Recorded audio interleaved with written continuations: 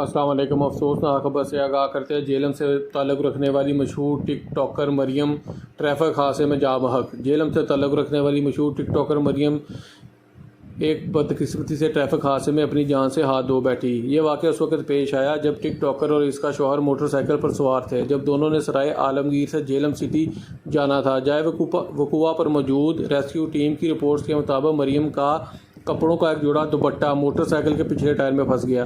نتیجے کے طور پر وہ موٹر سائیکل سے نیچے گر گئی، جس کے نتیجے میں اس کے گلے میں پھندا بن گیا اور اسی وقت موت کا سبب بن گیا۔ مقامی حکام نے واقعے پر فوری رد عمل ظاہر کرتے ہوئے مریم کی لاش کو مزید معائنے کے لیے قریبی ہسپتال پہنچا دیا۔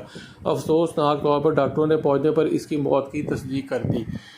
یہ واقعہ اس وقت پیش آیا جب وہ اپنے خاوند اور بچے کے ساتھ موٹر سائیکل پر جہلم کی طرف جا رہی تھی۔ ایسی مزید خبریں جاننے کے لیے میرے چینل کو لائک اور سبسکرائب کریں۔ شکریہ۔